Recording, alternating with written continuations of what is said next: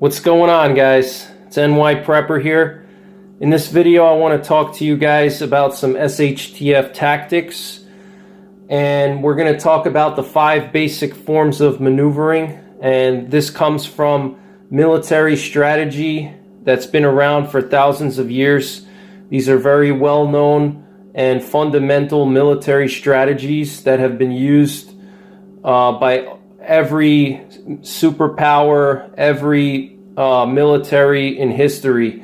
Okay, so it's very important that you guys understand these basic military tactics so you can apply them after SHTF, and so you can understand how to use them and how they could be used against you. Okay, so if, let's say, you're defending your bug out location, or you're defending a specific area, it could be a community, it could be a specific piece of terrain that you're trying to defend, you have to understand the different ways that you could be attacked and how you can counter those attacks. And also, if you decide to do any type of offensive maneuvers, okay, let's say you want to assault a marauder compound in your area, okay, you also have to understand these basic types of strategies here. Okay,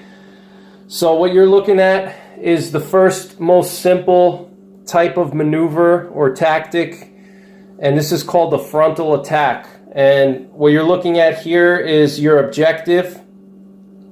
These X's here represent your line of defense, and the arrows represent your attackers. Okay, so being a prepper, this could potentially be your bug out location, it could be your bug in location, it could be your community, it could be a piece of terrain that's very important that you're trying to defend, okay, or it could be your marauder compound. All right, so we're going to look at this from the offensive and the defensive point of view. So defensive, it would be your bug out location, bug in location, your community. And offensively, this would be, let's say, a marauder compound that you want to take down. And these X's represent the line of defense, okay? And again, the arrows are your attackers and the direction the attack is coming from. All right, so if, let's say, you're on the defensive and this is your community here, and here's your line of defense, okay? A frontal attack would mean that the bad guys are going to come and attack you directly on your main line of defense. Okay, that's what's called a frontal attack. The best way to think about it is if you try to get into a nightclub and you're underage, okay? A frontal attack would, let's say, be trying to go, if you tried to get into the nightclub and you want to go right through the front door and you try to go through the bouncer at the front door, that would be a frontal attack, okay? Because the bouncer at the front door of the club is the main line of defense for people coming into that club, okay? So that would be a frontal attack, is if you try to go through the front door against the bouncer. Now, using that same analogy, that's not necessarily a good idea for you, okay? Because chances are, if you're going up against the main line of defense at the front of the enemy, this is the area that's going to be most heavily fortified, okay? So if you're attacking on the enemy's front where they have their main line of defense, that's going to be the worst place to attack unless you're a superior force to them. Okay, so if, let's say, you try to sneak into a nightclub and you try to walk in through the front door, chances are you're not going to be successful, because that's where you're going to have your big bouncer waiting at the door, and he's probably going to have 3 or 4 other guys there to back him up, and they're going to throw you out and prevent you from coming in. All right, same thing if, you know, you're trying to, let's say you're trying to assault some kind of compound, and, you know, there's a perimeter in place, or there's some type of a roadblock and it's heavily fortified. If you try to attack that fortified area it's not going to be, chances are it's not going to be successful, because this is the area where the highest amount of weapons and people are placed, okay? This is the main line of defense. So generally speaking, you don't attack a main line of defense, okay? Unless you have superior firepower or superior numbers, you know? So, for example, if let's say this is your bug out location and that your main line of defense is very weak here, you know, you may just have 2 or 3 people guarding your bug out location. It may just be you alone, okay? Your enemy tries to come in and attack you, and they have 10 or 20 guys, and you only have yourself and maybe 2 other people, okay?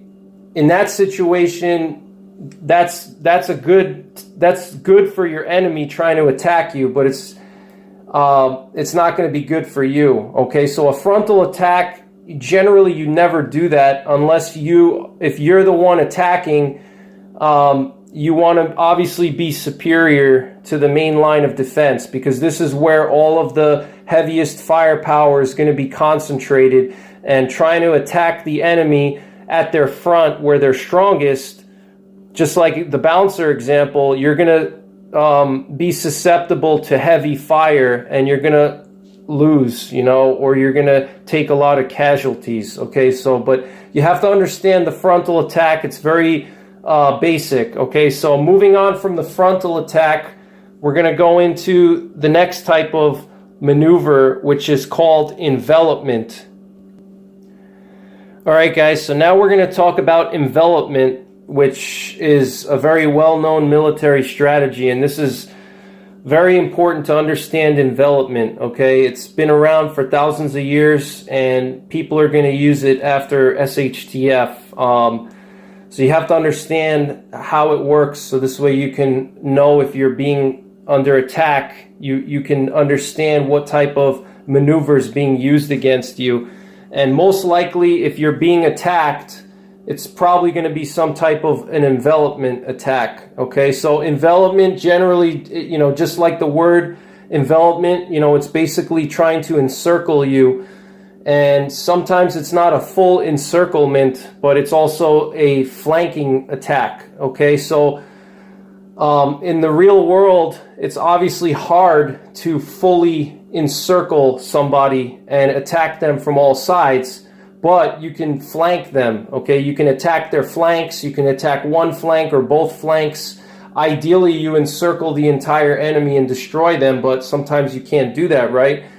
So that's why typically, you know, flanking attacks are performed, but that's a type of envelopment maneuver, okay, is a flanking attack. So if you think back to the frontal attack, envelopment starts out like a frontal attack, okay? You have your objective here, you have your line of defense here, and then here you have your attackers attacking the main line of defense, okay? But what happens with envelopment is that you can typically, what happens is there's some type of a diversionary attack on the front, okay? The main line of defense is attacked, but it's mainly done as a diversion, okay?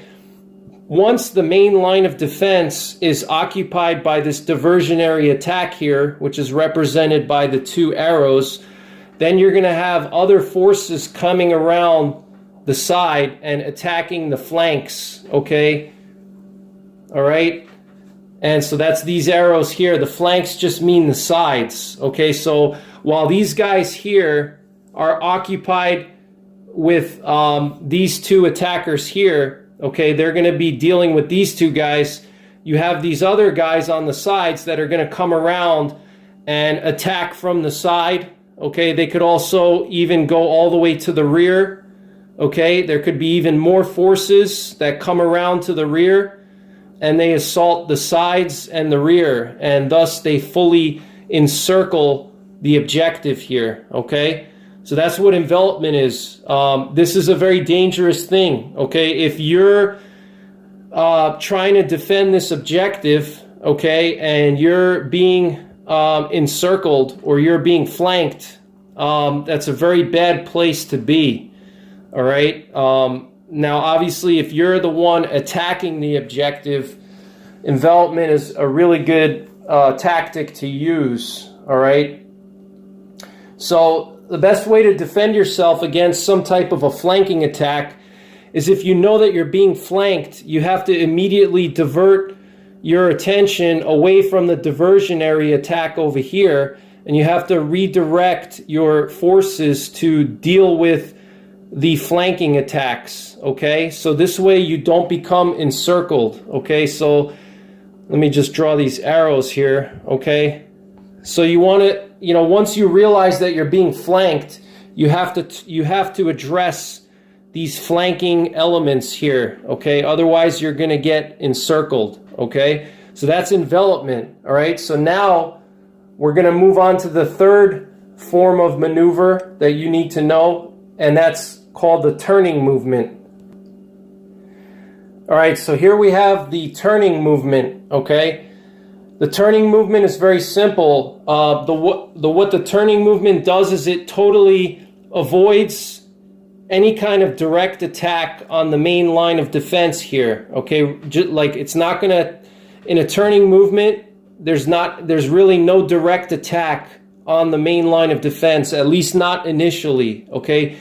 Like the frontal attack or the envelopment, there's an attack on the front in those two types of maneuvers. But in a turning movement, what happens is you attack the rear, okay?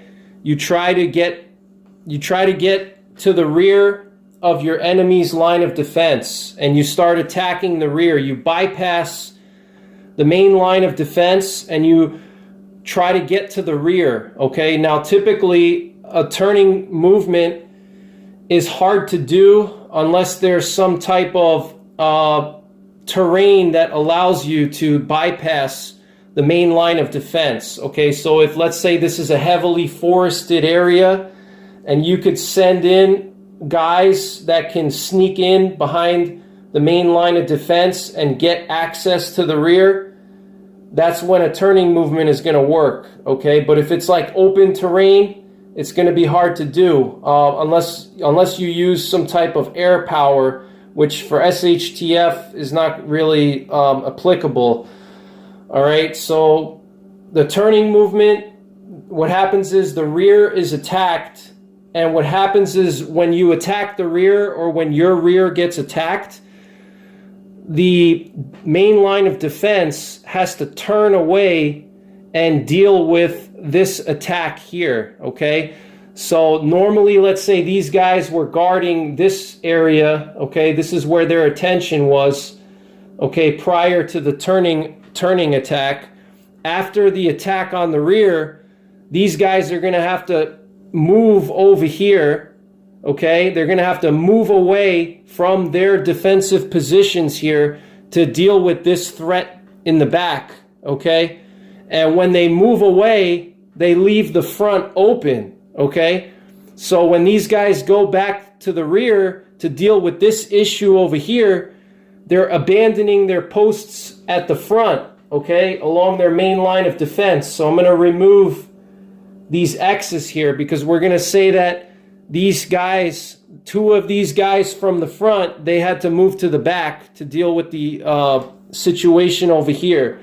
So now instead of 4 guys, you only have 2, okay? So what happens if now the attackers can send in another force to the front, okay? And now they have superiority at the front and they can overwhelm the main line of defense because the main line of defense had to turn away from their positions here to deal with the situation in the rear, okay?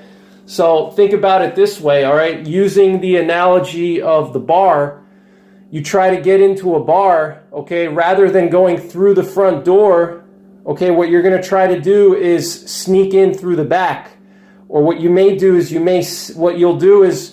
you'll have a friend of yours sneak in around the back door of the bar, okay, and maybe cause a fight or cause some kind of a situation where the bouncers at the front door of the bar have to leave the front door and deal with that fight in the back of the club, okay? And meanwhile, while those bouncers are occupied in the rear of the club, you sneak in through the front door, okay? And that's what the turning movement does, okay? So that's something to keep in mind as a prepper. If you're defending your bug out location, you have to consider these types of maneuvers being used against you. And that's why you want to try to allocate your forces spread out in such a way that you're covering all around your perimeter, okay? So moving on from the turning movement, we're going to go into the next and the last two forms of movement, which is penetration and infiltration. All right, so now we're going to look at penetration, okay? And I know it sounds kind of like a dirty word, but there's no pun intended here. So penetration is similar to a frontal attack, okay? In a penetration maneuver, what happens is you're going to try to, the attacking force is going to try to penetrate the front line here, okay? The main line of defense, okay? And what they're going to try to do is they're going to try to find a weak spot in the main line of defense. And what they're going to do is they're going to concentrate all of their attacks in one area of the main line of defense, okay? And they're going to try to weaken one area, and they're going to try to penetrate through the main line of defense by attacking one area and concentrating their attack into one area, okay? So here, let's say here we have six defenders here, okay? These could be mechanized defenders or they could be human beings, all right? So you have your attacking force, okay? Rather than trying to attack all six of these defenders, what they're going to do is they're going to concentrate their attack onto one defender here, okay? So let's say you have multiple attackers, okay? And they're all concentrating their fire on one of them, okay, which would be this guy right here, okay? He's getting hit hard right now, all right? And what happens is they take this guy out, so this guy's no longer around. They eliminate this defender here through overwhelming firepower and overwhelming attack. And what that does is it creates this opening here in the main line of defense. And then what they do is they bypass the main line of defense. They sweep in through this opening, okay? And now they have access to the objective, all right? That's what a penetration attack is. Now, the problem with a penetration attack is that if you're the attacker, you can easily get flanked and you can get destroyed, okay? Because you still have the rest of the main line of defense that you didn't destroy, okay? You only took out a small portion of it to get through it, okay? But you still have these other guys here. And so now what they can do is they can direct their fire towards you, and you're basically surrounded, okay? Because once you penetrate through the main line of defense, yeah, you got through, but you still have all these guys here, and they're very heavily armed. This is the main line of defense, so this is where most of the firepower is located, and all they have to do is train their firepower on you, okay? And you're going to get potentially destroyed, all right? So if you're going to do a penetration attack, you want to make sure that you move quickly and do what you need to do here. Or what you have to do is you have to fortify your flanks. So these guys here don't attack your flanks, okay? So you would have to, once you penetrate, you have to reinforce your flanks and put guys over here, okay? You have to put some security elements over here to protect your flanks once you penetrate that main line, okay? I hope this makes sense. I know it's a little bit busy here, but I hope you guys can see that. So once you penetrate the main line, if you're the attacker, you have to reinforce your flanks, okay? Because the rest of the line is going to start attacking you, okay? And you can get enveloped, all right? So you have to, as soon as you penetrate, you have to put up some reinforcements here, some security elements to prevent you from getting flanked and destroyed. And then this way, your main assaulting elements or your main attacking forces can do whatever they need to do here with the objective, okay? Now, if you're the defender and you're victim of a penetration attack, you obviously want to immediately turn your fire towards these penetrating forces before they can set up reinforcements on their flanks, because once they set up these reinforcements here, I'm going to circle them, these are the reinforcements, okay? Once they reinforce their flanks, it's going to be hard for you to do anything, okay? Because now they reinforce these flanks, and once they reinforce these flanks, okay, they have these guys over here. They can send more troops through here, okay, because they're reinforced on either side, so they can keep sending more guys in, okay? They can just keep flooding them in here, okay? And they can just, you know, send a flood of attackers through this penetrated area here, okay, because it's reinforced on either side. So you have to act quickly. If you're the defender, you have to act quickly and you have to destroy these penetrating elements before they can set up their reinforcing flanks, okay, right here, before they reinforce their flanks, okay? These are your reinforced flanks, okay? All right, before they can reinforce the flanks, you have to attack and destroy as quickly as possible, all right? And if you're the penetrator, you obviously want to set those flanks up quickly before you get destroyed, okay? So now we're going to move on to the final basic type of maneuver, and that's infiltration. So the final form of maneuver is infiltration.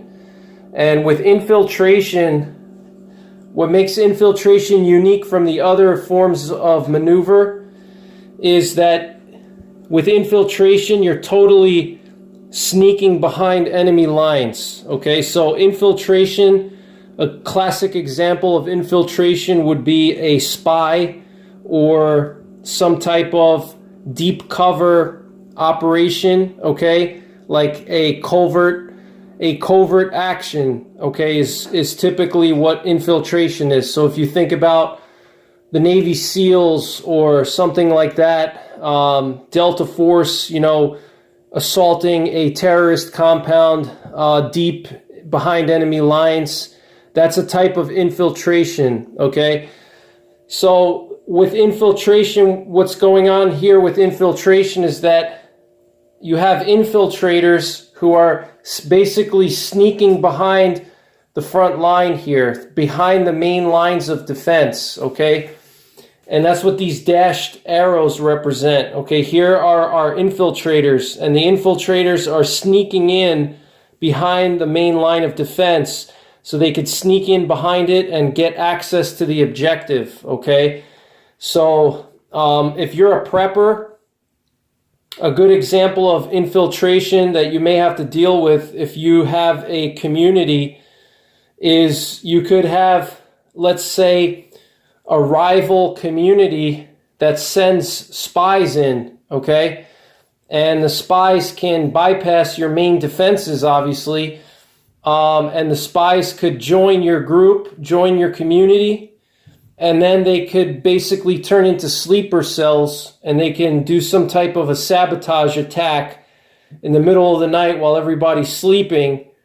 And what that will do is open up the front line here to a direct attack from the main forces, okay? Another example of infiltration could be if, let's say you want to assault a marauder compound, and this is your marauder compound here, okay? And the marauder compound is heavily defended in different areas, okay? Now, obviously, you're not going to be able to assault the main line with just a small group of infiltrators. So you sneak in behind the main front line that the marauders have. You sneak in under the cover of darkness through, let's say, forested terrain that's very difficult to patrol. And you sneak in through that rough terrain, and then you gain access to the objective, okay? And whatever that objective is, let's say it could be a sabotage mission where you demolish, you do some destruction of property, of Marauder property. Let's say you sabotage some of their vehicles, or you burn down some of their structures, okay? So you're going to be infiltrating behind their main line of defense, and the way you're going to do that is you're going to use the terrain to your advantage, okay? Typically, infiltration is used when you have difficult terrain, okay? It's similar to a turning movement, okay? Just like with the turning movement, it doesn't work as good if it's open terrain, okay? Same thing with infiltration. You need to have some type of a rough terrain here, typically like forested and mountainous terrain is ideal for infiltration because it's impossible to patrol that type of terrain and every single avenue of approach, okay? Just think about like Vietnam, during the Vietnam War and Southeast Asia, how many U.S. Special Operations Forces were able to infiltrate through enemy territory, through the North Vietnamese and Viet Cong areas. They were able to infiltrate behind the main lines of defense because in Vietnam they had those dense jungles and they had the mountainous terrain there, and it was impossible for the North Vietnamese and the Viet Cong to patrol every single inch of that terrain. So they were able to infiltrate behind enemy lines and, conduct whatever action on the objective they were supposed to do, okay? So infiltration is the final form of maneuver. Generally, like I said, it favors difficult terrain. If you're a prepper, obviously you want to make sure you vet people before you let them into your community, okay? This is one of the reasons why I'm not a big fan of grouping up with other people and joining groups, because when you join a group, you expose yourself to things like infiltrators, okay? You have to make sure you're vetting people that you let into your group, because they can bypass your main line of defense and they can become a sleeper cell, okay? Or they can even pass intelligence back, okay? They can pass intelligence back to their group, okay? So that's very important. And typically when there's an attack resulting from infiltration, it's usually not standalone unless it's like a specific mission, like a direct action mission, like the raid on the Osama bin Laden compound. But typically, if there's some type of infiltration going on, you have to expect that there's going to be a main force coming in behind the infiltrators. Okay, so let's say you have your infiltrators who sneak in behind the main line of defense. They get in through your main patrols. They get into your area of operations, your let's say your community, and they may start performing sabotage operations on your vehicles, on your food supplies, on your structures, okay? While that's going on, you have to anticipate the possibility of some type of an assaulting element coming in onto your front line, okay, while they're doing that, okay? Because that's typically, they're used in conjunction with a frontal attack or some other type of maneuver, okay? They're usually not standalone. They usually are used with some other type of maneuver, okay? It could be a frontal attack, could be an envelopment. So you have to anticipate that. If you're under an attack from infiltrators, you need to make sure that your main lines of defense are on red alert and are bracing for the possibility of an attack on the front line, okay? So I hope you guys enjoyed this video. I'll do a lot more of these types of videos. I'm going to get more detailed with them. This is just a very basic overview. If you want to see more of these videos, check out my SHTF Tactics playlist, which I'll put a link up above. So check that playlist out. It's a lot more of these types of basic tactics videos, okay, that you need to understand if you want to make sure that you're prepared for SHTF. So thanks for watching, guys. Take care. God bless. And don't forget the 3 Ps. Prepare, practice, and persevere.